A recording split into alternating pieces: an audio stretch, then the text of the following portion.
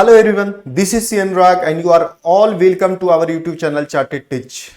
Chartered Teach YouTube channel में आप सभी का स्वागत है। आई होप, मैं उम्मीद करता हूं कि आप सब अच्छे होंगे। यस सर, मैं अच्छा हूं। और आप बता दो अपने सर, मैं कैसा हूं? मैं भी ठीक हूं। बच्चा बोल रहा है कि आप बता दो अपनी कि आप कैसे हो। मैं भी ठीक हूं, thank you.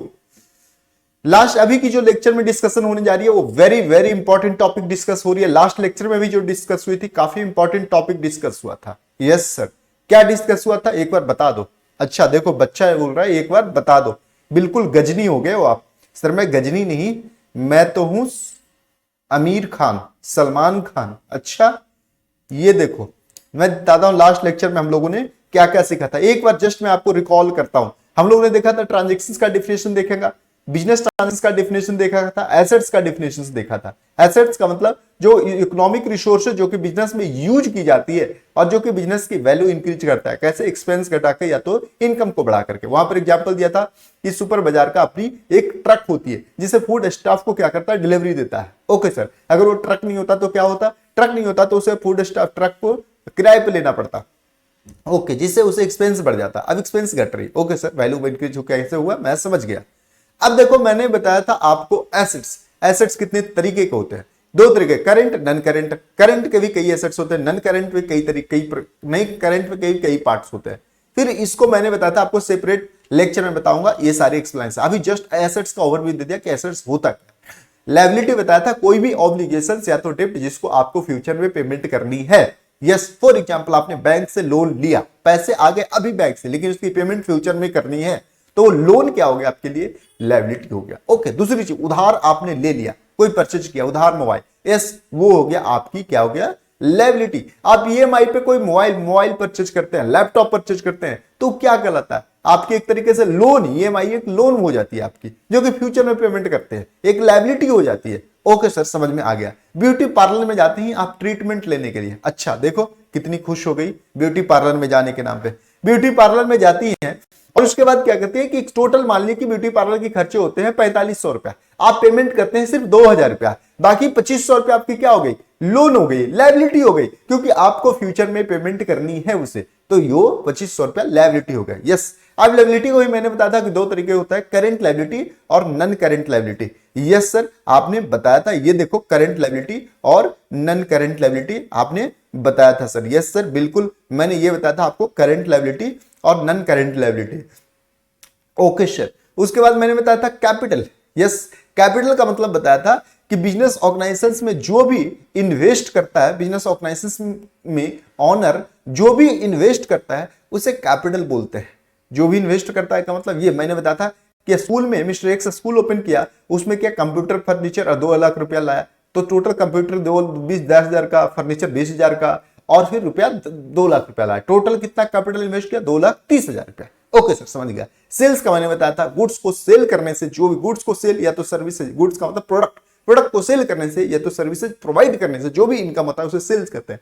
For example car, देखो कार कंपनी मारुति सुजुकी की सेल्स क्या होगी? मारुति सुजुकी सेल क्या करती है? कार को सेल करती है, तो कार को सेल करने से जो इनकम आएगा वो भी क्या कहलाएगा? सेल्स कहलाएगा। दूसरी, कार की सर्विस भी करती है, तो कार की सर्विस करने से भी जो इनकम आएगा वो सर्विस सेक्टर, सर्विस यानी कि प्रोवाइड करने से जो इनकम आ रही है वो भी क्या कहलाएगा? सेल्स कहलाएगा। ओके सर, मैं समझ गया। उसका ब्यूटी ट्रीटमेंट की सर्विसेज करती है, उससे जो इनकम आता है, ब्यूटी ट्रीटमेंट से सर्विसेज जो ब्यूटी पार्लर को इनकम आता है वो क्या कहलाता है? उसके लिए सेल है। दूसरा, कोई मोबाइल बेचता है तो मोबाइल को रिपेयरिंग भी करता है, तो दोनों से इनकम आता है, सर्विस से भी इनकम आता है और सेल से भी इनकम आता है, यानी सेल और सर्विस दोनों से जो इनकम आ रहा है वो टोटल सेल कहलाएगा। ओके सर, समझ में आ गया।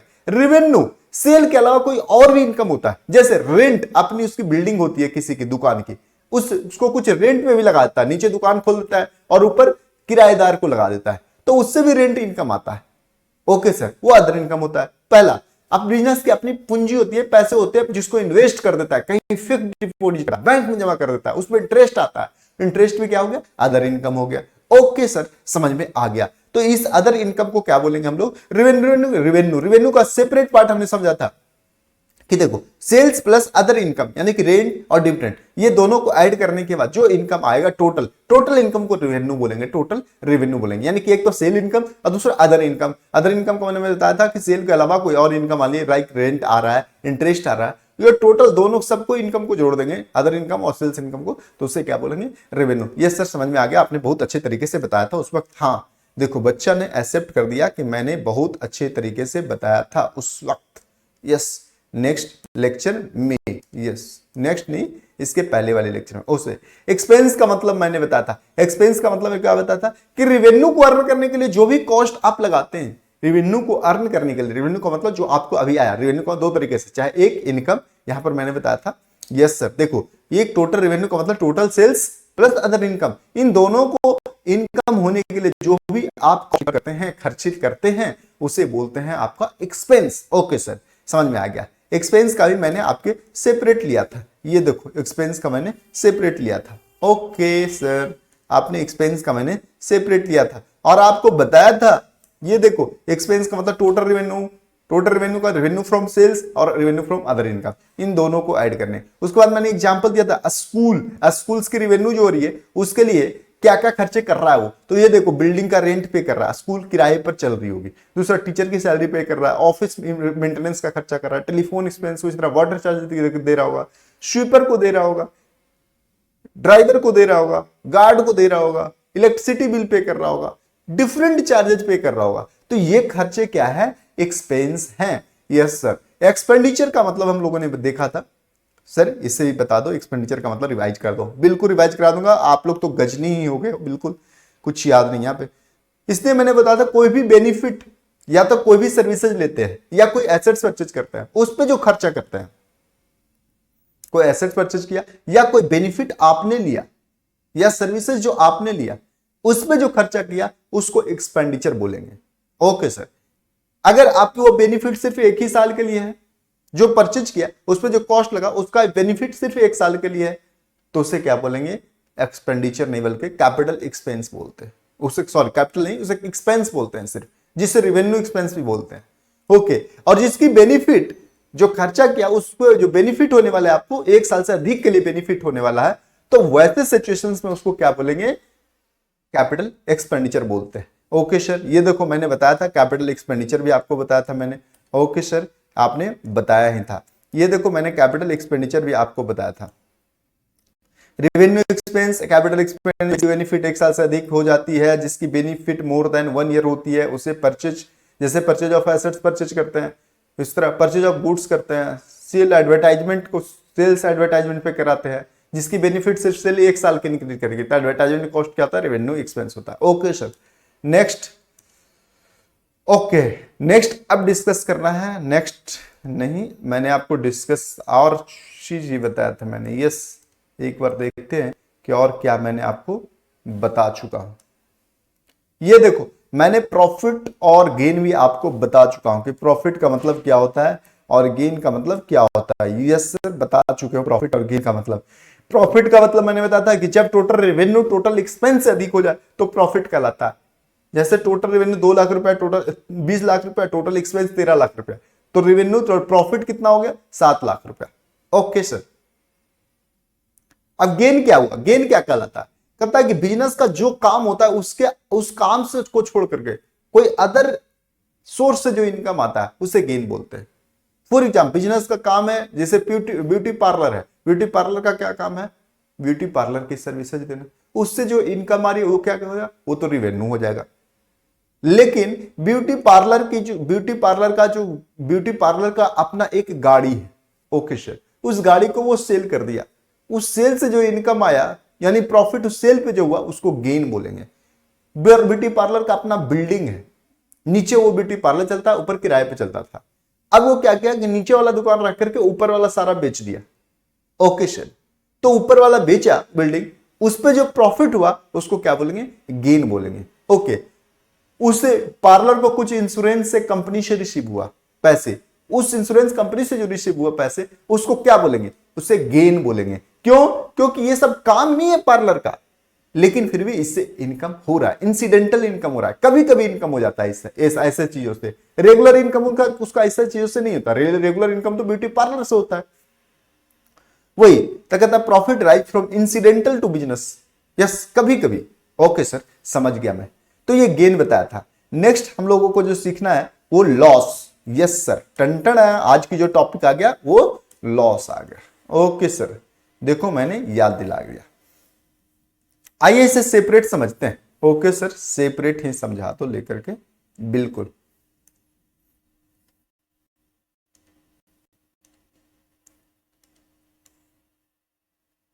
ये लो, मैं इसे चला सेपरेट समझ। ओके, लॉस क्या होता है, गेन क्या होता है।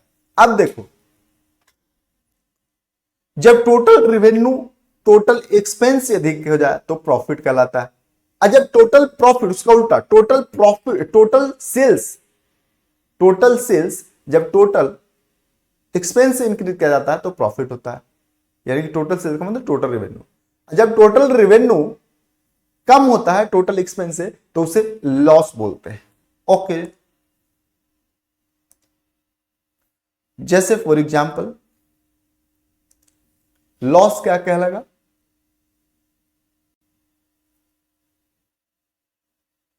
यहां पर बोलता हूं प्रॉफिट, दोनों बताता हूं साथ साथ कब होगा, और ये लॉस कब होगा। ओके सर, एक बार बता दो आप कब होता है।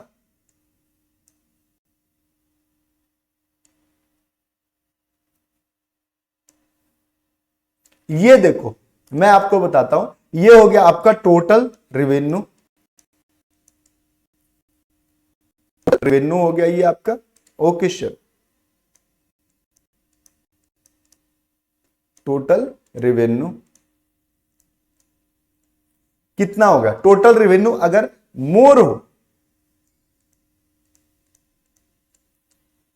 टोटल एक्सपेंस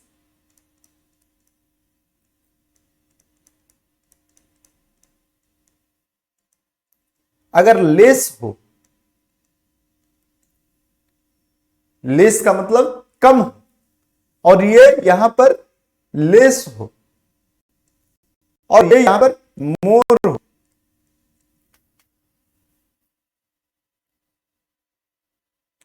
सर एग्जाम्पल दो। ओके, ये लो, मैं एग्जाम्पल देता हूं आपको। सपोज टोटल रेवेन्यू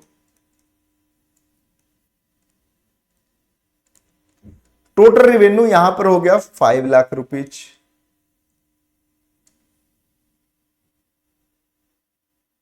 यहां पर टोटल रेवेन्यू भी हो गया 5 लाख रुपीज। अब टोटल एक्सपेंस देखो,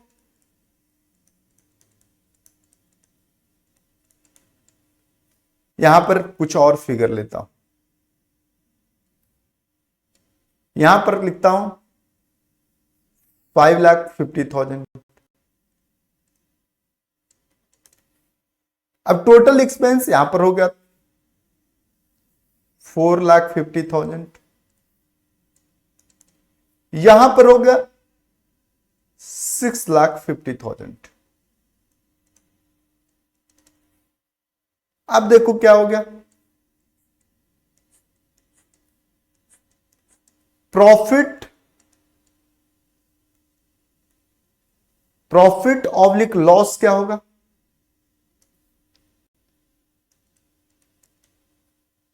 प्रॉफिट ऑब्लिक लॉस, लॉस होगा तो ब्रैकेट में मैं उसे करूंगा प्रॉफिट। ये देखो, प्रॉफिट कब होगा, जब रिवेन्यू ज्यादा हो, मोर देन हो, किससे, सेल्स से। रिवेन्यू मोर देन हो, क्या हो, सेल्स से, टोटल एक्सपेंस से। अब देखो रिवेन्यू कितनी है, 5 लाख, एक्सपेंस कितनी है, रिवेन्यू कितनी है, ये रिवेन्यू है और ये एक्सपेंस है। रिवेन्यू कितनी है, 5 लाख, एक्सपेंस कितनी, 4 लाख, तो 50,000 रुपया हो गया प्रॉफिट।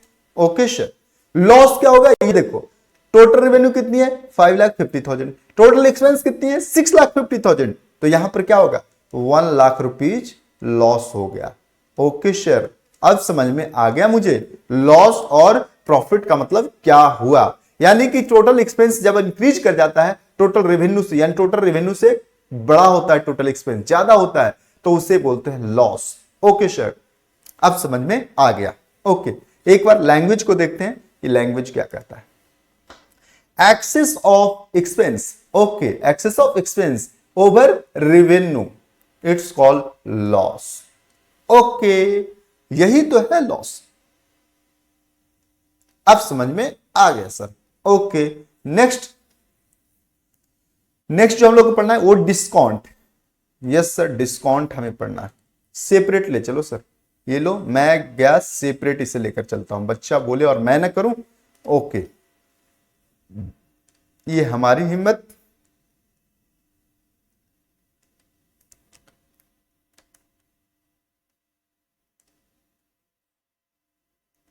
डिस्काउंट का मतलब क्या होता है ये एक बार देखते हैं। डिस्काउंट का मतलब यहां पर एक बार लैंग्वेज करते हैं, कहता है deductions in the price of goods sold. Okay, discount is the deductions किस चीज में, इन the price of goods sold. Okay, जो जितना में सेल किया है उस गुड्स का जो प्राइस है, उस प्राइस में जो डिडक्शंस दी जाती है, जितने से कम आपको प्राइस ली जाती है, वो क्या कहलाता है, डिस्काउंट कहलाता है। ओके सर, एक बार लिखा दो इसे, ये लो बच्चा बोल रहा है एक बार लिखा दो इसे, मैं एक बार लिखा देता हूं।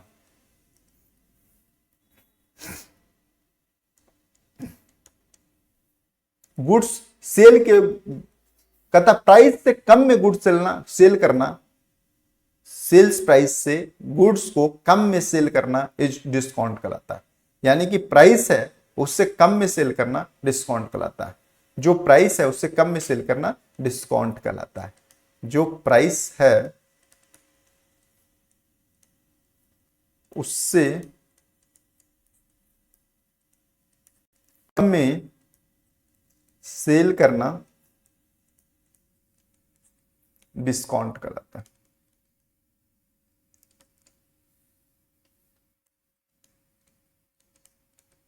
Okay sir, this is discount कहलाता है। यानी कि जितना सेल प्राइस है, यानी deductions in the price, that is deductions in the price,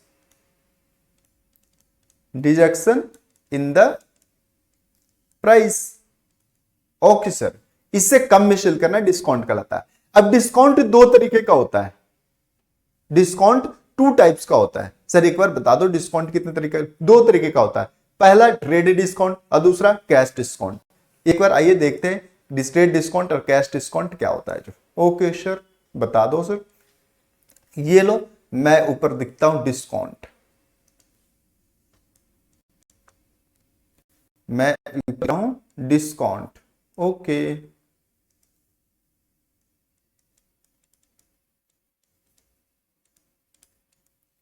ये डिस्काउंट कितने तरीके का होता है, दो तरीके का होता है।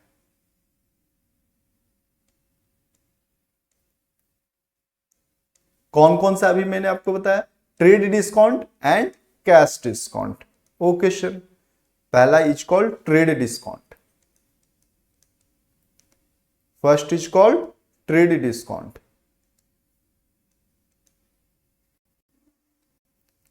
ट्रेड डिस्काउंट और ये कैश डिस्काउंट।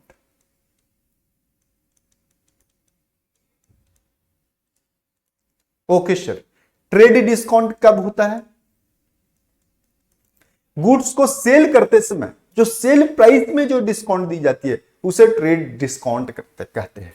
ओके सर, एक बार लिखा आपको, गुड प्रोडक्ट को सेल करते समय, प्रोडक्ट को सेल करते टाइम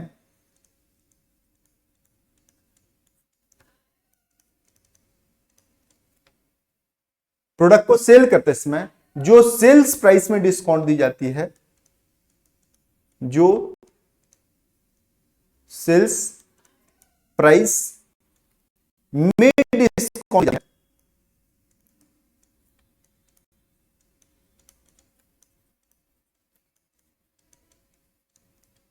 डिस्काउंट दी जाती है उसे क्या बोलते हैं, सेल्स ट्रेड डिस्काउंट बोलते हैं। तो वो डिस्काउंट क्या कहलाता है, ट्रेड डिस्काउंट कहलाता है। ट्रेड डिस्काउंट होता है।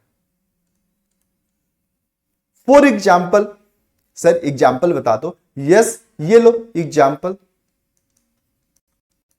सेल करते समय प्राइस कितना है, प्राइस फॉर एग्जाम्पल 12,000 है। ओके सर, लेकिन उसे सेल प्राइस कितना है, सेल कितना में किया, सेल एट कितना 11,000। तो 1,000 रुपया क्या हो गया आपका ट्रेड डिस्काउंट हो गया। ये क्या हो गया आपका ट्रेड डिस्काउंट हो गया। Okay sir. सर ये तो जिस समय मैं सेल करता हूं, कपड़े परचेज करने जाता हूं, उसके बाद मॉल में परचेज करता हूं, फ्लिपकार्ट में परचेज करता हूं, ये सब क्या है? ये आपका ट्रेड डिस्काउंट है। Okay sir. कैश डिस्काउंट क्या होता है? कैश डिस्काउंट में पहले ऑन क्रेडिट, पहले एक बार उधार में पहले सेल की हुई होगी गुड्स को, ये पैसा को प्रोक्योर करने के लिए की जाती है। कहता है कि अगर आप इतने दिन पहले पेमेंट कर देते हैं, फॉर एग्जांपल पहले गुड्स को उधार सेल की जाती है, उसके बाद उधार सेल किए गुड्स के पेमेंट को कलेक्ट करने के लिए जो डिस्काउंट दी जाती है, उस डिस्काउंट को कैश डिस्काउंट बोलते हैं। यानी सर एक बार लिखा दो, यस, पहले गुड्स को, पहले प्रोडक्ट को, पहले प्रोडक्ट को क्रेडिट में सेल की जाती है। क्रेडिट का मतलब उधार। Okay sir. उधार में यानी क्रेडिट में सेल की जाती है, क्रेडिट में सेल की जाती है।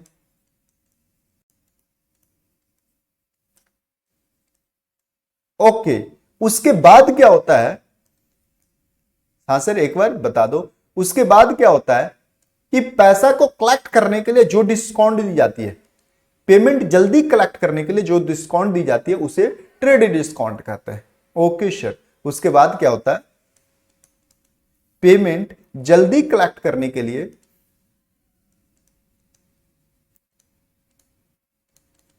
पेमेंट जल्दी कलेक्ट करने के लिए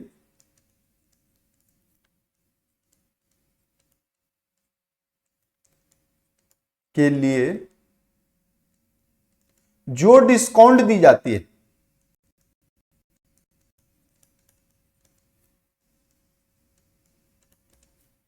दी जाती है। Okay sir. उसे क्या बोलते हैं? Cash discount. उसे क्या बोलते हैं? Cash discount. ओके। जैसे फॉर एग्जांपल क्रेडिट में कितना सेल हुआ? फॉर एग्जांपल एक बार दे दो सर। ये लो एग्जांपल दे दिया। क्रेडिट सेल कितना में हुआ था? क्रेडिट सेल कितना में हुआ था? सपोज एग्जांपल क्रेडिट सेल हुआ था 15,000 रुपया में। अब कह रहा है कि 5 दिन पहले अगर पेमेंट करते हो तो मैं तुझे 5% डिस्काउंट दूंगा।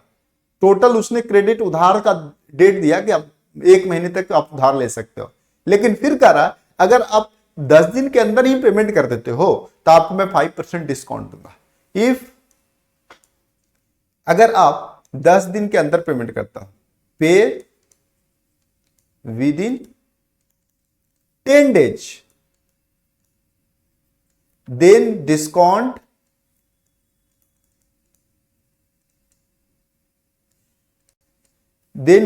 कितना हो जाएगा? कह रहा है कि तब डिस्काउंट में आपको कितना दूंगा?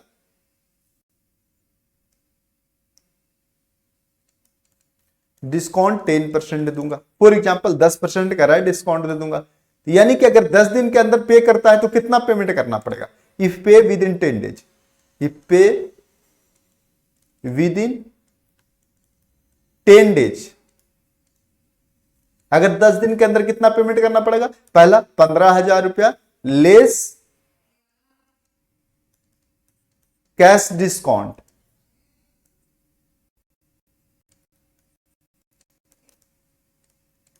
कितना? 10%। कितना हुआ कैश डिस्काउंट? 1,500 रुपया। कितना हुआ कैश डिस्काउंट? 1,500 रुपया। Okay sir. तो पेमेंट कितना करना पड़ेगा? टोटल पेमेंट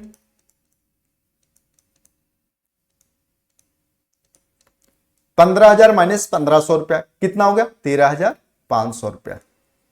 यानी कि यहां पर जो ये हुआ 1,500 रुपया जो डिस्काउंट मिला वो क्या मिला? Cash discount. This is called cash discount. क्यों? पेमेंट की जल्दी, ताकि पेमेंट कर दी, इसलिए सेलर ने दिया, जो उधार में सेल किया था उस सेलर ने दिया ताकि पेमेंट वो मुझे जल्दी कर दे। मैंने सेलर ने तो 1 महीने का उधार दिया था, लेकिन फिर कह रहा अगर 10 दिन के अंदर आप पेमेंट कर देते हो तो मैं आपको 10% डिस्काउंट दूंगा। ओके, जितना आपको देना है उसका 10%, यानी कि ये कल आया ट्रेड डिस्काउंट। यानी कि ये देखो दोनों में डिफरेंस ये है कि ये सेल प्राइस पे निकल रहा है डिस्काउंट, और ये जितना में सेल कर दिया, यानी कि जितना पेवेल करना है, जितना उससे रिसीव होना है, उस पर डिस्काउंट निकल रहा है। ओके सर, अब समझ में आ गया। आओ एक बार देखते हैं, आपके लिए मैंने कुछ रखा है। ओके सर, ये दिखा दो, ये लो।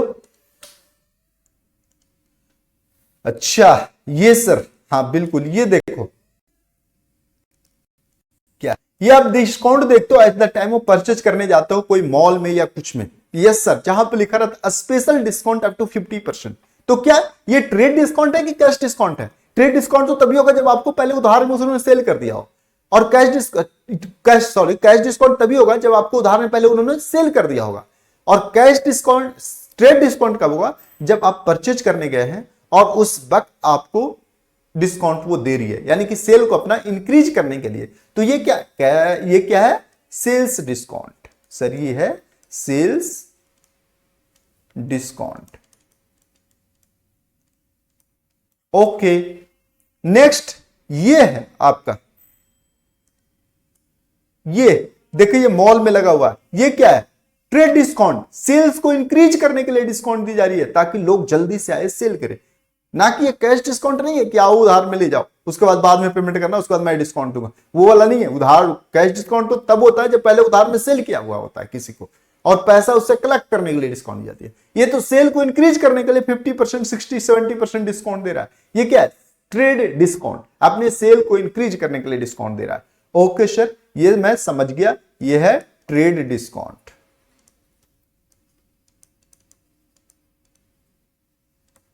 ओके सर, अब आओ ये big billion days. Big billion days में आपको स्पेशल डिस्काउंट मिलता है फ्लिपकार्ट, एमेजॉन के द्वारा। ये देखो फ्लिपकार्ट की चल रही है बिग बिलियन डेज। इसमें जो डिस्काउंट दी जा रही है वो कौन सी डिस्काउंट है? This is trade discount. ये भी क्या है? ट्रेड डिस्काउंट है।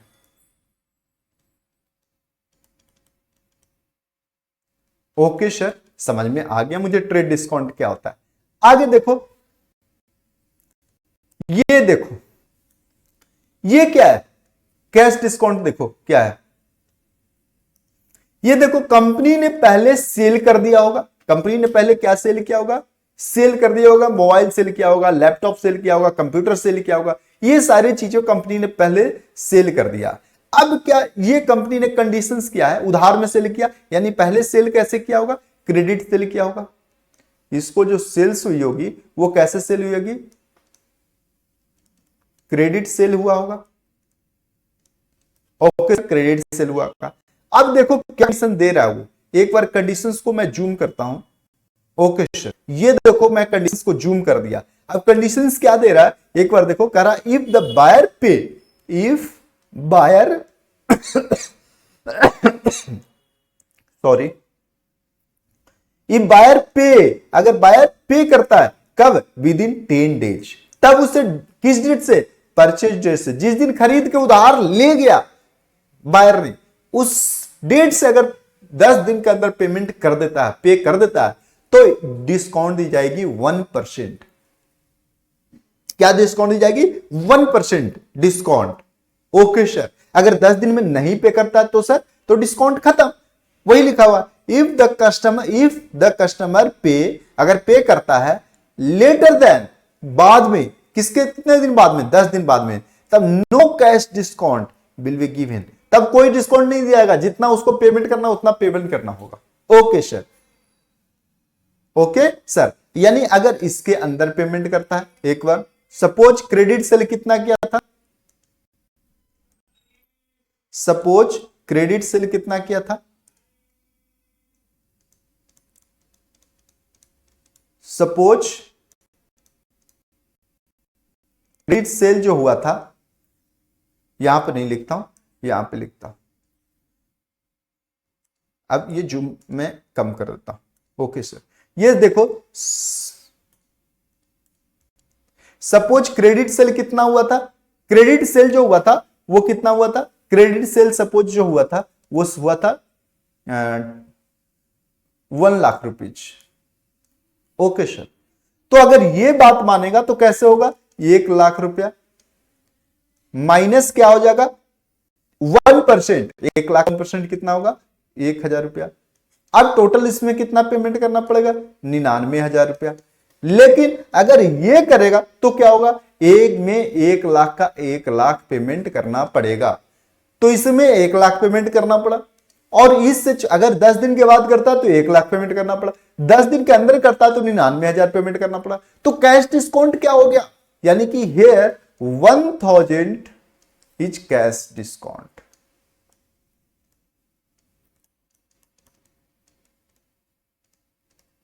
ओके सर, अब समझ में आ गया मुझे। ये देखो कैश डिस्काउंट 5%, अगर पेमेंट अभी करते हो तो यस, 10 दिन के अंदर पेमेंट करते हो तो 5%। ये देखो नेक्स्ट कंडीशन। ओके, तो ये कैश डिस्काउंट पेमेंट को प्रोक्यूर यानी जल्दी पेमेंट मंगाने के लिए जो डिस्काउंट दी जाती है उसे कैश डिस्काउंट बोलते हैं। ओके सर, समझ में आ गया। एक बार आप लैंग्वेज को चलो सर बता दो। ये देखो मैं एक बार आपको लैंग्वेज बताता हूं, डिस्काउंट का मतलब क्या होता है।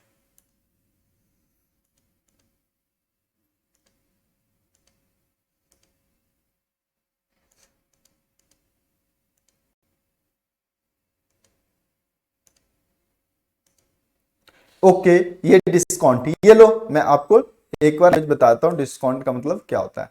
डिस्काउंट का मतलब क्या रहा है? कह रहा है discount is the deductions in the price of goods sold. Discount, discount क्या है? Deductions in the price of goods sold. It's offer in two way, दो वे में ऑफर किया जाता है। First, agreed percentage list price पे जो दी जाती है at the time of selling दी जाती है, वो डिस्काउंट जो दी जाती है उस डिस्काउंट को हम लोग ट्रेड डिस्काउंट बोलते हैं। जनरली ऑफर मैन्युफैक्चरर करता है, trade discount generally offer manufacturer wholesaler को करता है और होलसेलर रिटेलर को करता है। After selling of the goods on credit, उधार में सेल करने के बाद डेटर्स को, डेटर्स महसूस यहां पर कस्टमर समझो, कस्टमर को उधार में सेल करने के बाद कुछ डिडक्शंस दी जाती है, जो अमाउंट ड्यू होता है उसमें अगर वो पे कर देता है, ये पे कर देता है amount with in stipulated period of time, यानी कि वहां पर 10 दिन जो हम लोगों ने समझ दिया कि 10 दिन के अंदर अगर पेमेंट कर देते हो तो जो सर्टेन डिडक्शंस दी जाती है उस डिडक्शंस को, here deduction is given at the time of payment, यानी कि at the time of payment होता है, लेकिन ट्रेड डिस्काउंट कब दी जाती है? At the time of sale. Okay, और ये cash discount at the time of payment, वही तो at the time of payment on payable, payable जितना अमाउंट है उस पर दी जाती है, hence is called cash discount. Okay, cash discount उस समय उसके इसलिए की जाती है क्योंकि वो पेमेंट के समय की जाती है और जितना अमाउंट पेबल होता है उस पर की जाती है। ओके सर, अब आइए समझते हैं एक बार voucher. Okay, next concept is voucher. Okay sir, separately ले चलो सर इसे समझाने के लिए। ये लो, बच्चा कहता है सेपरेटली ले चलो, हालांकि इसमें सेपरेटली कुछ है नहीं, लेकिन आप बोल रहे हो इसलिए मैं, बच्चा बोल रहा है इसलिए मैं सेपरेटली इसे ले चलता हूं। ओके, वाउचर होता क्या है? कोई भी ट्रांजैक्शंस को प्रूफ करने के लिए जो सपोर्टिंग डॉक्यूमेंट होती है, कोई भी ट्रांजैक्शंस का जो सपोर्टिंग डॉक्यूमेंट होता है जो यह प्रूफ करता है कि हां ट्रांजैक्शंस हुई है, तो उस डॉक्यूमेंट को क्या बोलते हैं? वाउचर बोलते हैं। सर एक बार लिखा दो, ट्रांजैक्शंस का जो ट्रांजैक्शन से रिलेटेड जो सपोर्टिंग डॉक्यूमेंट होता है,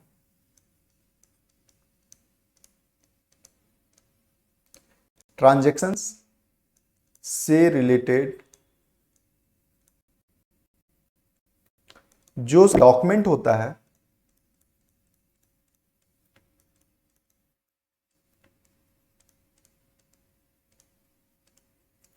डॉक्यूमेंट्स होता है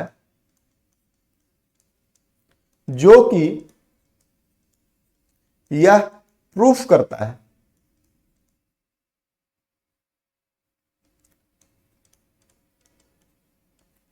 क्या प्रूफ करता है कि हां कि यस ट्रांजैक्शन हुई है।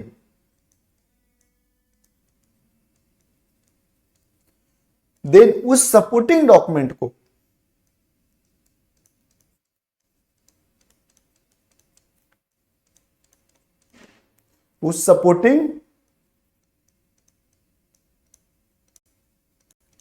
डॉक्यूमेंट्स को क्या बोलेंगे? वाउचर बोलते हैं।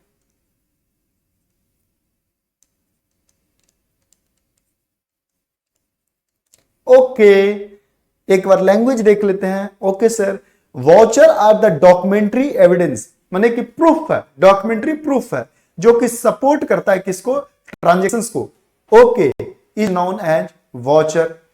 फॉर एग्जाम्पल, सर एक बार एग्जाम्पल समझा दो। ये लो, मैंने समझा दिया।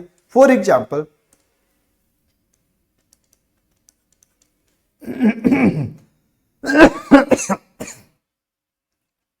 यहां पर एग्जाम्पल देखो क्या होगा?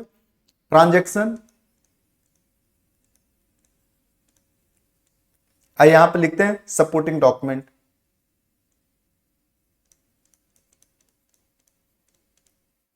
सपोर्टिंग डॉक्यूमेंट्स, यहां पर एग्जाम्पल में लिखा ट्रांजैक्शंस क्या होगा और उसके सपोर्टिंग डॉक्यूमेंट क्या है। ओके सर, जैसे सेल्स हुई, सेल्स का क्या होगा? Sales invoice.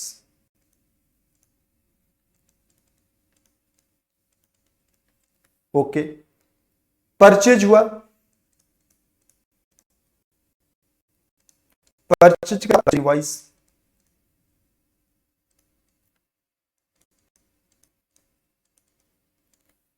एक्सपेंस हुआ, एक्सपेंस का क्या होगा? बिल होगा। कोई पेमेंट हुआ तो क्या होगा इसका?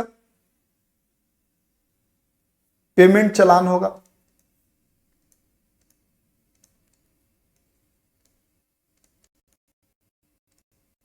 Payment, okay sir. कोई रिसिप्ट होगा रिसिप्ट हुआ होगा तो रिसिप्ट चालान होगा।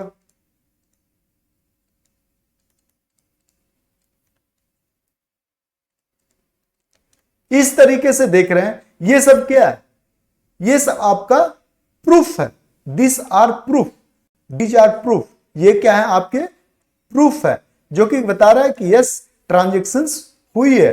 ये क्या है? आपके लिए प्रूफ है जो कि ये बता रहा है कि ट्रांजैक्शंस हुई है। तो इसलिए ये सब को क्या बोलेंगे हम लोग? सपोर्टिंग डॉक्यूमेंट को क्या बोलेंगे? इन सपोर्टिंग डॉक्यूमेंट को ये आपका क्या है? यस, ये प्रूफ कर रहा है यस ट्रांजैक्शंस हुई है। Sales invoice, sorry, sales invoice ये बता रहा है कि यस सेल्स हुई है। परचेज इनवॉइस ये बता रहा है कि परचेज हुई है। बिल ये बता रहा है, एक्सपेंस बिल, कि यस एक्सपेंस हुआ है। पेमेंट चलान ये बता रहा है कि यस पेमेंट हुई है। और रिसिप्ट चलान ये बता रहा है कि यस रिसिप्ट हुआ है। तो ये क्या हो गया? हमारा सपोर्टिंग डॉक्यूमेंट है जो कि ट्रांजैक्शंस को बता रहा है कि यस ट्रांजैक्शंस हुई है, प्रूफ कर रहा है। इसलिए ये क्या कहता है? यही सपोर्टिंग डॉक्यूमेंट कहलाता है। ओके सर, ये सपोर्टिंग डॉक्यूमेंट कहलाता है। वाउचर जिसको बोलते हैं, यही वाउचर हो गया। क्या हो गया? वाउचर हो गया। ओके सर, आप समझ में आ गया। सॉरी, ये थे हमारे सपोर्टिंग डॉक्यूमेंट। नेक्स्ट देखते हैं, वाउचर के बाद नेक्स्ट हमें क्या देखना है? ये वाउचर हो गया। गुड्स,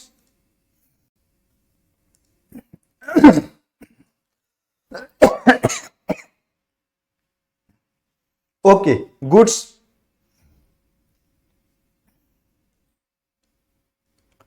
नेक्स्ट कॉन्सेप्ट पे आते हैं, गुड्स पे। ओके सर, गुड्स बता दो। सेपरेट ले चलो सर, आओ ले चलते हैं सेपरेट।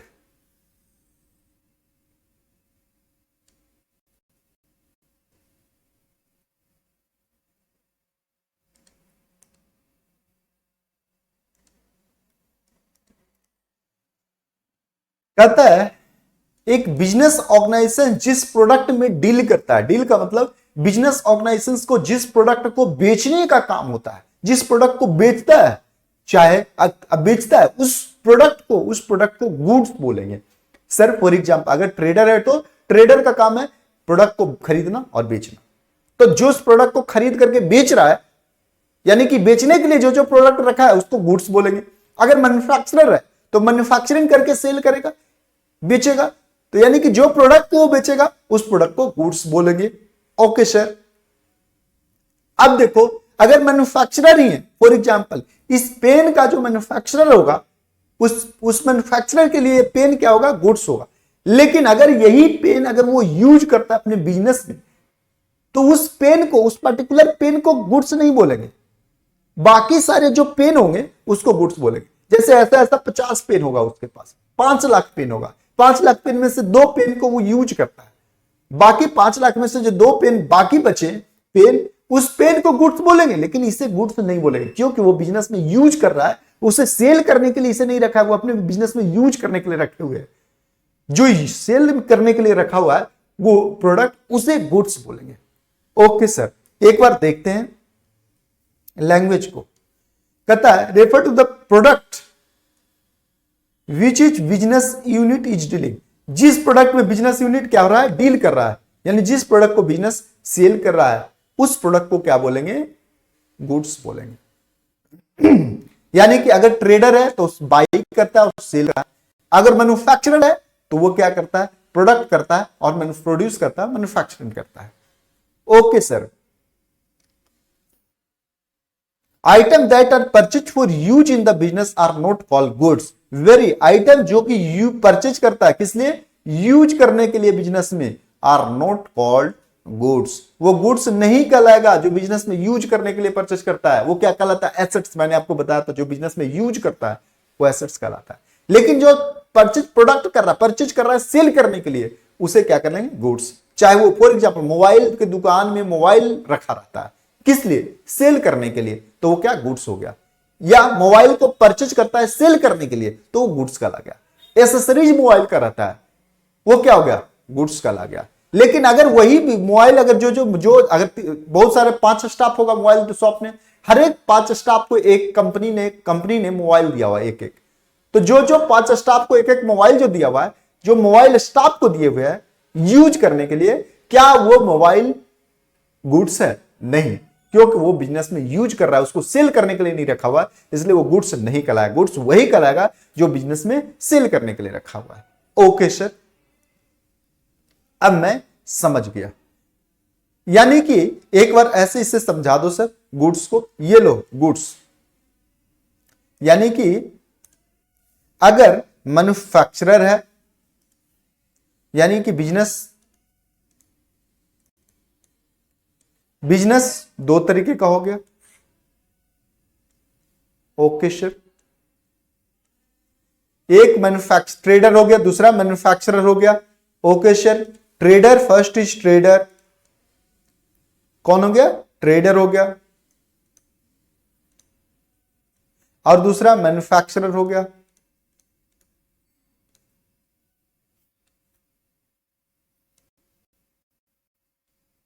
मैन्युफैक्चरर हो गया, इसका काम क्या होता है, इसका काम क्या होता है, ये क्या करता है, परचेज करके सेल करता है, purchase and sale, purchase and sale. ये क्या करता है, ये produce and sale, production and sale करता है। ओके सर, तो ये जिस गुड्स को सेल करता है, जिस प्रोडक्ट, और ये भी जिस प्रोडक्ट को सेल करता है, वो प्रोडक्ट क्या कहलाएगा, गुड्स कहलाता है।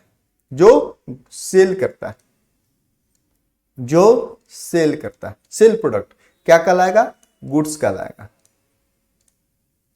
ओके सर, क्या कहलाएगा, गुड्स कहलाएगा। फॉर एग्जाम्पल, आइए एग्जाम्पल से। ओके सर, ये देखो एग्जाम्पल में मैं आपको दिखाता हूं। ये क्या है, फर्नीचर शॉप है।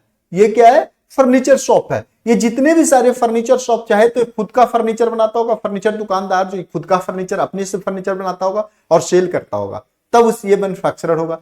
या तो फर्नीचर खरीद के लाता हुआ और बेचता होगा, लेकिन बेच तो फर्नीचर ही रहा है, बिल्कुल सर, बेच फर्नीचर रहा, इसलिए फर्नीचर इसके लिए क्या हो गया, गुड्स हो गया।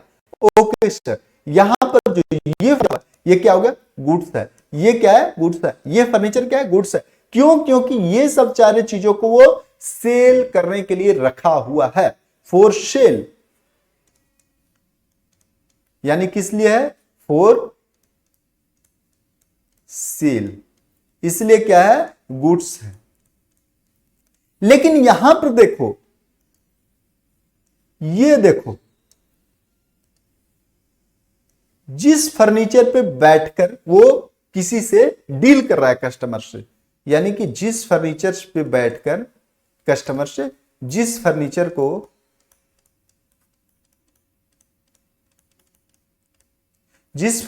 को बिजनेस में यूज कर रहा है, क्या वो गुड्स है, नहीं, ये गुड्स नहीं है, गुड्स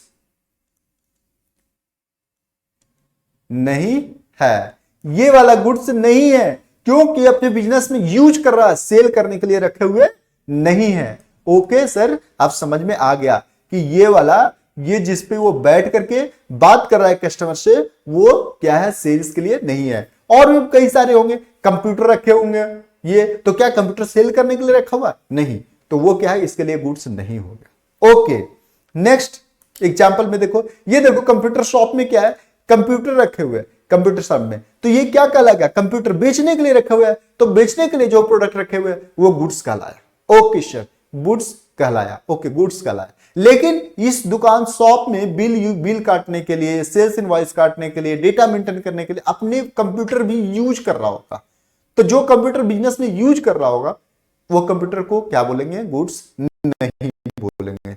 यहां पर goods is computer. Okay sir, समझ में आ गया। नेक्स्ट देखो, ये देखो, ओके सर, ये तो मैं डेली देखता हूं, ये क्या है, मोबाइल शॉप है, यहां गुड्स क्या है, मोबाइल एंड एसेसरीज, इसके यहां पे गुड्स क्या है, मोबाइल है, यानी कि mobile is goods, mobile is goods, किसके लिए, मोबाइल शॉप के लिए। ओके, यहां पर देखो, ये देखो कार लगा हुआ है, तो व्हाट, ये कार है क्या, कार क्या है, कार शोरूम के लिए कार गुड्स है, यानी कि car is goods for car showroom, car is goods किसके लिए, फॉर कार शोरूम।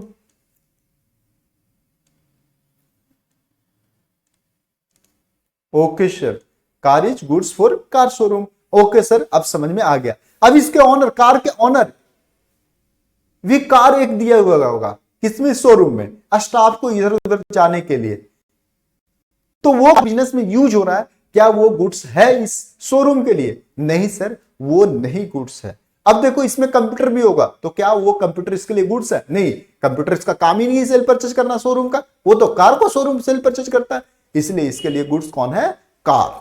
बाकी सारे, इवन कार भी अगर ये यूज कर रहा है पर्सनल के लिए, तो वो गुड्स नहीं कहलाएगा, यानी कि जो सेल करने के लिए रखे हुए सिर्फ उसे हम गुड्स बोलेंगे। ओके सर, समझ में आ गया। अब आइए नेक्स्ट कॉन्सेप्ट देखते हैं, गुड्स। अब drawing, okay sir, drawing, drawing देखते हैं, ड्राइंग का मतलब क्या होता है जो। ओके सर, सेपरेट समझा दो। ये देखो, ड्राइंग से पहले मैं एक बार आपको कैपिटल के बारे में बताता हूं। कैपिटल में मैंने आपको बताया था कि बिजनेस में ऑनर, बिजनेस ओनर जो कुछ भी लगाता है उसे कैपिटल बोलते हैं। बिजनेस में ओनर जो कुछ भी लगाता है उसे कैपिटल बोलते हैं, यानी इन्वेस्ट करता है तो उसे कैपिटल बोलते हैं। अब बिजनेस से जो कुछ भी निकालता है कौन, बिजनेस ओनर, उसे ड्राइंग बोलेंगे, ओके सर, बिजनेस में जो कुछ भी लगाता है बिजनेस ओनर उसे कैपिटल बोलेंगे, और बिजनेस से जो कुछ विड्रॉ करता है उसे ड्रॉइंग बोलेंगे। ओके सर, यानी कि कैपिटल और ड्रॉइंग यानी कि बिजनेस से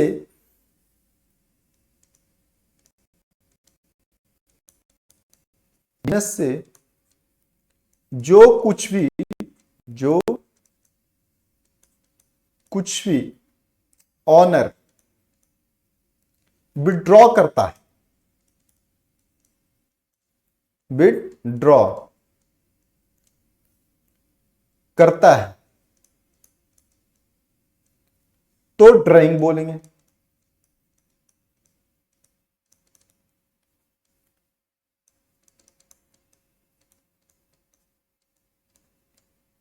फॉर एग्जाम्पल,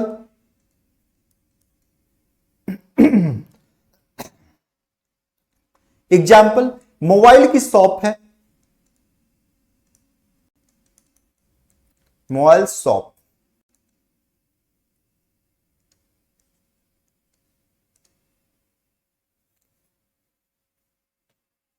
मोबाइल दुकान, मोबाइल दुकान। ओके सर, मोबाइल दुकान, मोबाइल शॉप। ये देखो, मोबाइल की शॉप से ऑनर दो मोबाइल निकाल लिया, एक अपनी वाइफ के लिए, अपने बेटे के लिए, दो मोबाइल ले लिया।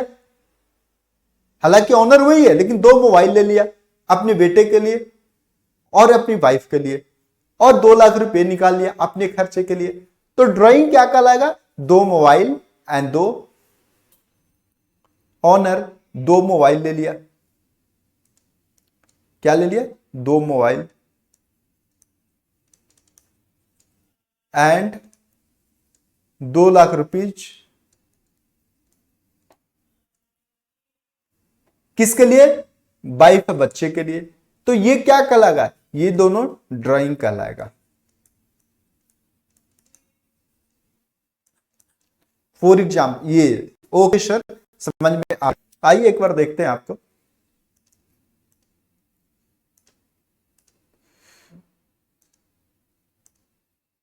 ये देखो, ये क्या रहा? ओके सर, समझा दो इसे। ये लो, मैं इसे देखते हैं हम लोग ड्राइंग क्या होता है। अब देखो क्या होता है। ये कौन है? मिसेज ऑनर है। ये कौन है? ऑनर है। कौन है? Owner. Okay sir, okay, owner है। और ये क्या लगा रही है? बिल्डिंग। बिजनेस में क्या लगाई? बिल्डिंग लगाई। ये क्या लगाई? फर्नीचर। क्या लगाई? फर्नीचर। ओके, ये क्या लगाई? कार लगाई। ये क्या लगाई? मशीन लगाई। ये क्या लगाई? रुपया, 5 लाख रुपीज लगाई। ओके सर, तो ये इसका बिजनेस है। ये बिजनेस में क्या क्या लगा है? Building, furniture, car, machine and 5 lakh रुपया। ये सारा क्या क्या लगा? Capital for building. ये building for example 5 lakh rupees की थी। 5 लाख नहीं, 15 लाख रुपए का। फर्नीचर था फॉर एग्जांपल कितने का? 1 लाख रुपए का। कार कितने का था? 3 लाख रुपए का। मशीन कितने का था? 8 लाख रुपए का। टोटल कैपिटल कितना लगाया इन्होंने? कैपिटल कितना लगा सर? एक बार बता दो, कैपिटल क्या लगाया बिजनेस में? कैपिटल लगाया आपका बिल्डिंग। बिल्डिंग कितने का लगाया? 15 लाख रुपया। ओके, फर्नीचर, फर्नीचर कितने का लगाया? 1 लाख रुपीज। ओके, कार कितने का लगाया? 3 लाख रुपीज। मशीन कितने का लगाया? मशीन कितने का लगाया? 8 लाख रुपीज। कैश कितना लगाया? कैश लगाया 5 लाख रुपीज। टोटल कैपिटल कितना लगा दिया? टोटल कैपिटल कितना हो गया? 5 लाख, 15 लाख, 16 लाख, 16 3 19 लाख, 19 अब 8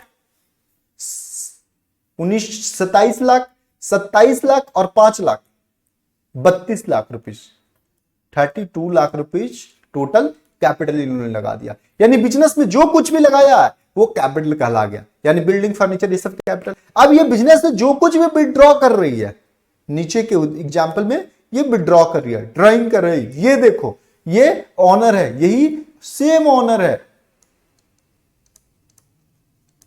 ये देखो अभी बिजनेस से विड्रॉ कर रही है। क्या विड्रॉ कर रही है? कुछ कैश निकाल रही है, कुछ कॉलेज का फी अपना पेमेंट करवा रही है बिजनेस से, इनकम टैक्स अपना पेमेंट कर बिजनेस से। तो क्या ये सब क्या कहलाएगा? ड्राइंग कहलाया। ओके सर, जैसे फॉर एग्जांपल कैश 1 लाख रुपया निकाली, कॉलेज फी पेमेंट कराई 5 lakh rupees, income tax payment कराई कितनी? 50,000 रुपया। टोटल ड्राइंग कितना हो गया?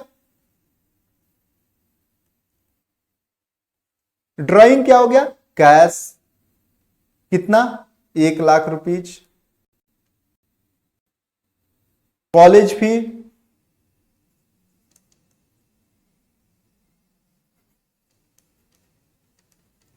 फी कितनी हो गई? 5 लाख रुपीज। अब देखो इनकम टैक्स कितना हो गया? इनकम टैक्स के बदले कितना निकाली? 50,000 रुपया।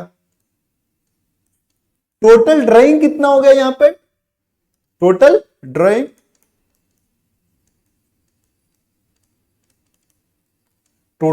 हो गया 1 लाख, 5 लाख, 6 लाख, 6,50,000 रुपया। ओके सर, अब समझ में आ गया। बिजनेस में जो कुछ भी लगाया कैपिटल, बिजनेस से जो कुछ भी निकाला ओनर, वो ड्राइंग कहला गया। ओके सर, ये देखो ये मोटू सेठ कैपिटल लगा रहा है, बिजनेस में लगा रहा है। बिजनेस में क्या हो रहा है? लगा रहा है।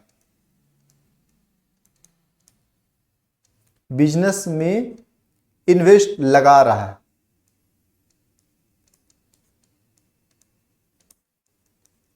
यहां पे देखो ये बिजनेस से निकाल रहा है। क्या कर रहा है? बिजनेस से निकाल रहा है।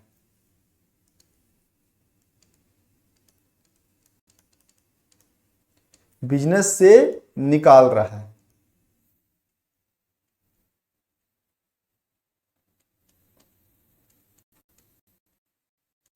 ये ड्राइंग हो गया, बिजनेस में लगाया था, ये बिजनेस में लगाया था तो क्या हो गया? कैपिटल हो गया था। यहां कैपिटल, यहां पे भी मेंशन है, ये कैपिटल है जो बिजनेस में लगाया, और ये बिजनेस से निकाला, ये ड्राइंग है। This is called drawing. Okay sir, अब समझ में आ गया कैपिटल का मतलब क्या होता है और ड्राइंग का मतलब क्या होता है। ओके, बच्चा कह रहा है समझ में आ गया। नेक्स्ट देखते हैं हम लोगों को क्या समझना है कॉन्सेप्ट। नेक्स्ट सर बताओ, नेक्स्ट क्या सीखना है? जो ये देखो ड्राइंग हम लोगों ने क्या क्या सीख लिया? ड्राइंग सीख लिया। अब परचेज हमें देखना है, अब हमें परचेज देखनी है। ओके सर, सेपरेट ले चलो, सेपरेट ले चलो परचेज। सर जूम कर दो, ये लो। बच्चा बोले और मैं जूम न कर सकूं, ये होने वाली बात कहां है? ये देखो परचेज का मतलब एक बार देखो, बिल्कुल इजी, वेरी वेरी इजी, बहुत easy. Purchase are the total amount of goods purchase procure by the business on credit और ऑन कैश फॉर यूज या सेल, फॉर यूज और sale. In a trading concern purchase are made for merchandise for resale with or without processing. In a manufacturing concerns, raw material are purchased, processed further into finished goods and then sold. Purchase may be cash और purchase may be credit हो सकता है यहां पर। Okay sir, ये देखो purchase a total amount of goods per procure by a business on credit basis या तो कैश बेसिस। किस लिए? चाहे यूज करने के लिए करे या तो सेल करने के लिए करे। ओके, लेकिन यूज करने के लिए क्या? बिजनेस में यूज करने के लिए नहीं। ओके, मैं एक बार समझाता हूं। आपको दोनों पॉइंट ऑफ व्यू से। बिजनेस कितने तरीके का, बिजनेस दो तरीके का हो सकता है, मैन्युफैक्चरर, सर्विस प्रोवाइडर या तो trader. Okay sir, business, nature of business, nature of business बताता हूं।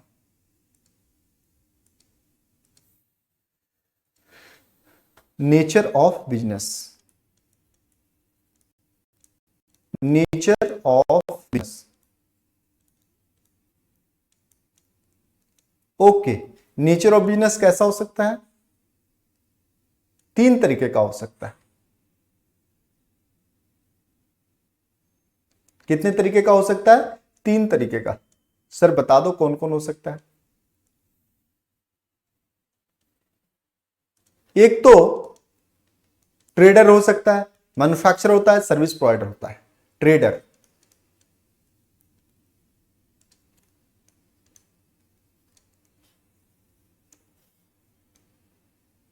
Trader, manufacturer,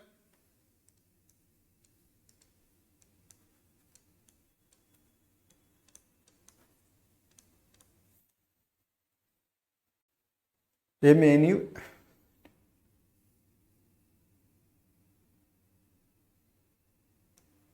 URER, manufacturer.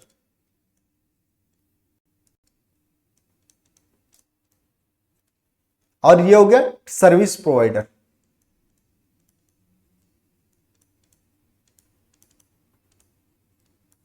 Okay, ये तीन तरीके का बिजनेस का नेचर होता है। ओके, ट्रेडर का क्या काम, ट्रेडर का क्या काम होता है? ट्रेडर का काम होता है परचेज करना और सेल करना।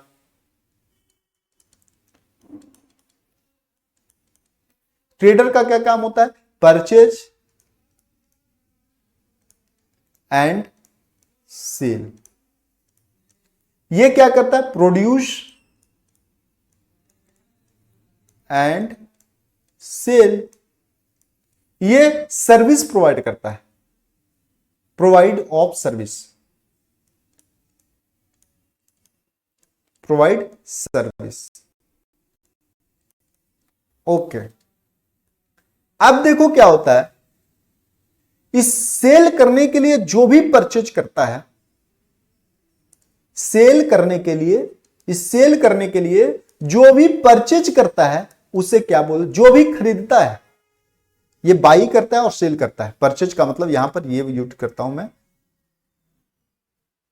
दिस इज, ये क्या करता है? बाई करता है और फिर सेल करता है। Buy and cell.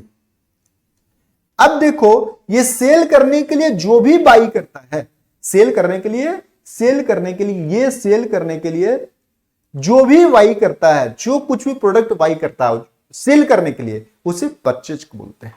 यानी कि इसकी बोले तो, सर क्या बोले तो, एक बार देखो, इसकी बोले तो ऐसे, जो बेचने के लिए जो कुछ खरीदता है, बेचने के लिए जो प्रोडक्ट खरीदता है उसे परचेज बोलते हैं। बेचने के लिए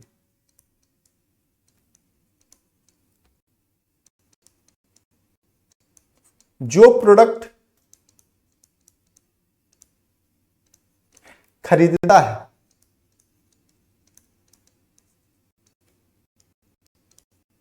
उसे परचेज बोलते हैं।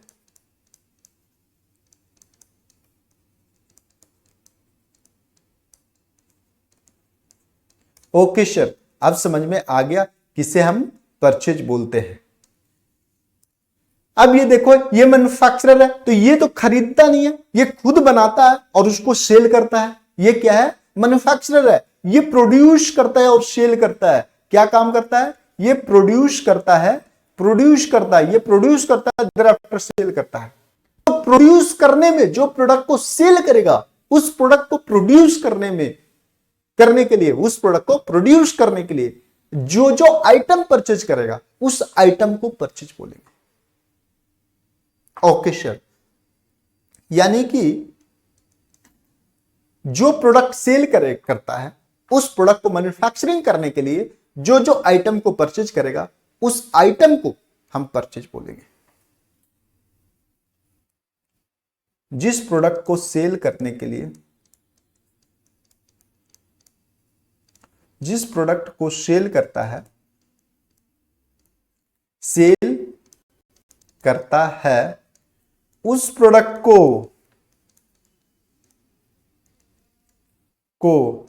प्रोड्यूस करने के लिए, प्रोडक्शन करने के लिए,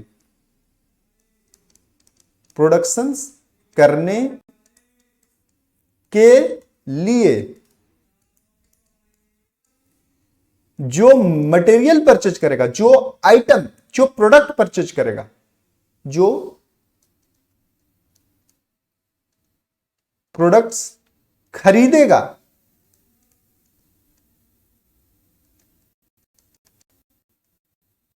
खरीदता है, खरीदेगा नहीं, खरीदता है,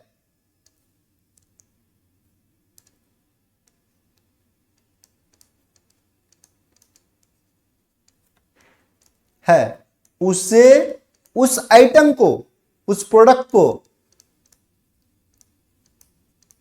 उस प्रोडक्ट को, यानी उसे क्या बोलेंगे हम, उसे हम क्या बोलेंगे, परचेज बोलेंगे।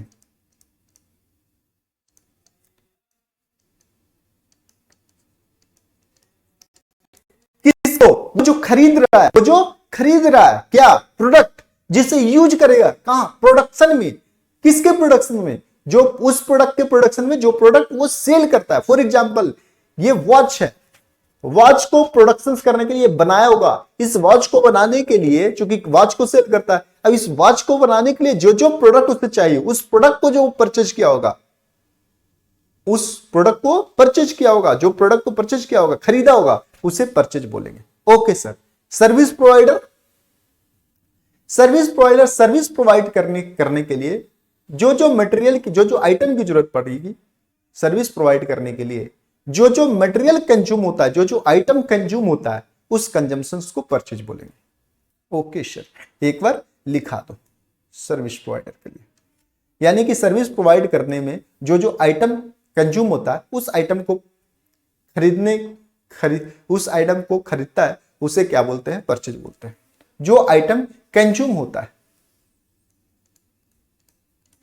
सर्विस प्रोवाइड करने में जो प्रोडक्ट कंज्यूम होता है, जो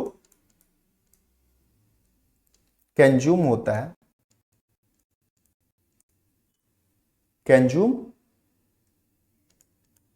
होता है, कंज्यूम होता है, वो कंज्यूम को क्या करता है, परचेज करता हो, उस कंज्यूम को क्या करता होगा, बाई करता होगा, तब उससे क्या बोलेंगे, परचेज बोलते हैं। ओके सर, अब समझ में आ गया, अब समझ में आ गया। फॉर एग्जाम्पल, सर एक बार एग्जाम्पल बता दो, ये लो मैं एग्जाम्पल आपको बताता हूं। सर एक बार एग्जाम्पल बता दो, ये लो मैं आपको बताता हूं एग्जाम्पल। ये देखो,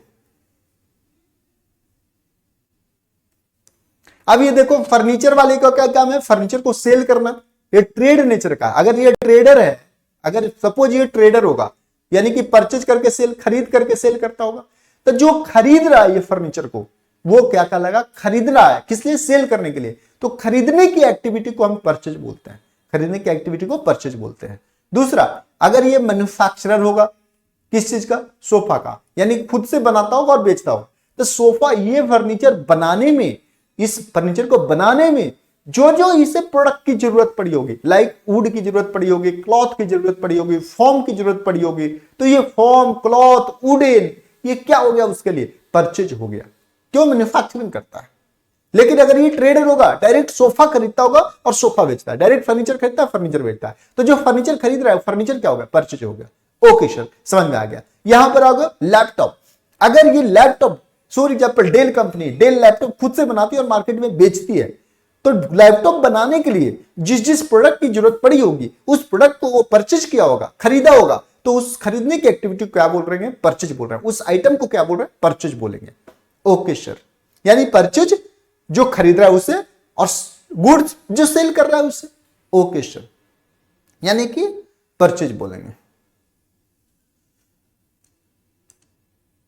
नेक्स्ट कार, कार कंपनी के लिए कार क्या है, परचेज है। क्यों? क्योंकि कार क्या है, खरीद रहा होगा, या कार का जो इंस्ट्रूमेंट, जो छोटे छोटे पार्ट्स खरीद रहे होंगे बनाने के लिए, अगर बनाता होगा तो वो पार्ट्स क्या कहलाएगा, परचेज कहलाएगा। ओके सर, समझ में आ गया। नेक्स्ट आ जाओ, नेक्स्ट कॉन्सेप्ट की ओर प्रोसीड्स करते हैं। हम लोगों ने क्या देख लिया, परचेज देख लिया। अब स्टॉक,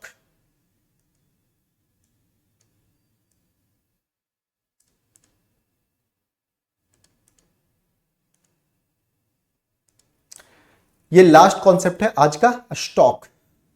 स्टॉक एक बार देखते हैं स्टॉक का मतलब क्या होता है। सर इसे सेपरेट ले चलो, ओके ये लो, मैं इसे सेपरेट ले गया। स्टॉक का मतलब क्या होता है, कहता है स्टॉक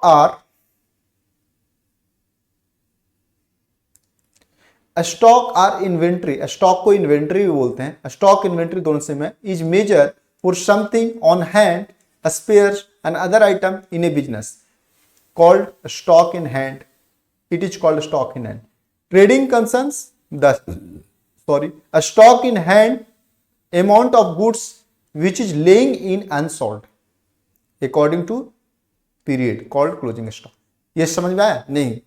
अब देखो परचेज, जो भी प्रोडक्ट परचेज करने के लिए सेल करते हैं, जो भी प्रोडक्ट हम सेल करने के लिए परचेज करते हैं, यानी परचेज किया हुआ प्रोडक्ट अगर वो सेल नहीं होता है या तो कंज्यूम नहीं होता, और कंज्यूम नहीं होता, consume in the case of manufacturer, तो उस प्रोडक्ट को हम लोग स्टॉक बोलते हैं। सर लिखा दो, यो मैंने लिखा दिया, यो मैंने लिखा दिया। परचेज किया हुआ प्रोडक्ट जो अभी सेल नहीं हुआ है, परचेज किया हुआ गुड्स या प्रोड्यूस किया हुआ गुड्स, कहता है परचेज किया हुआ गुड्स, परचेज किया हुआ गुड्स, गुड्स का मतलब सेल करने वाला, या मैन्युफैक्चरिंग किया हुआ गुड्स,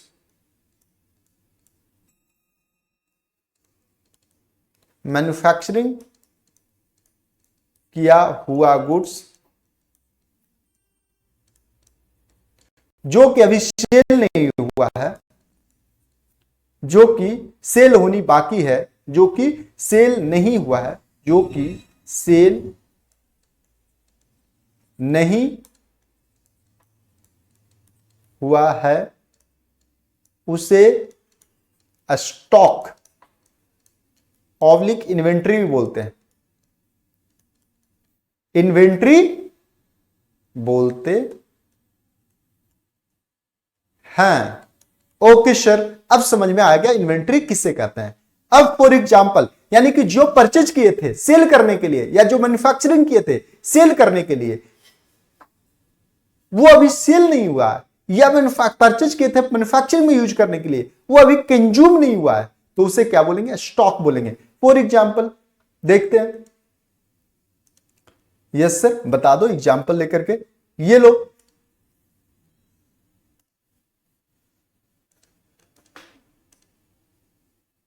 ये देखो, इस एग्जाम्पल में देखते हैं एक बार, इसी एग्जाम्पल में हमें पता चल जाएगा। अब ये देखो, इतना फर्नीचर रखा हुआ है शॉप में, क्या ये सेल हो चुकी है? सेल होता तो शॉप में थोड़ी रखा होता, सेल होता तो शॉप से बाहर होता। तो अभी सेल में ये क्या, इतना स्टॉक पड़ा हुआ है हमारे पास, अभी इतना स्टॉक पड़ा हुआ है। यस, यही इन्वेंट्री, यानी कि परचेज जो सेल करने के लिए परचेज किया हुआ है वो अभी सेल नहीं हुआ है, तो वो स्टॉक हो गया। दूसरी, ये भी देखो, ये लैपटॉप क्या है, अभी शॉप में रखा हुआ है, ये सेल नहीं हुआ है, सेल होने के लिए रखा हुआ है, यानी परचेज करके लाया था सेल करने के लिए, वो रखा हुआ अभी सेल नहीं हुआ है, ये इन्वेंट्री कहला गया। ओके सर, समझ में आ गया। नेक्स्ट, कार देखो, कार इन्होंने परचेज किया था, या तो मैन्युफैक्चरिंग किया होगा सेल करने के लिए, लेकिन ये सेल अभी हुआ नहीं है, तो ये क्या हो गया, ये इन्वेंट्री हो गया। ओके सर, समझ में आ गया। ओके ओके सर, नेक्स्ट देखते हैं। तो हम लोगों ने इन्वेंट्री तक समझ गया, इन्वेंट्री तक हम लोगों ने देख लिया, इन्वेंट्री तक हम लोगों ने देख लिया, ये गुड्स है, यस, स्टॉक तक हमारी ये हो गई कॉन्सेप्ट, स्टॉक तक हो गया हमारा कॉन्सेप्ट, ये हो गया, देयर आफ्टर ये हो गया, परचेज हो गया, ड्राइंग हो गया, ये सारे कॉन्सेप्ट हो गए हमारे। तो आज के लिए जो लेक्चर है यही होगा, यहीं तक हम लोग क्लोज करते हैं। आज की लेक्चर हम लोग यहीं तक क्लोज करते हैं। नेक्स्ट लेक्चर में हम लोग आगे की कॉन्सेप्ट हम लोग सीखेंगे। ओके, तब तक के लिए थैंक यू, धन्यवाद, and stay home, stay safe. और अगर इस वीडियो की सब नोटिफिकेशन अगर आप चाहते हैं कि टाइम टू टाइम मिले लेक्चर का, तो आप चैनल को सब्सक्राइब करें। और thank you again, thank you, bye, okay.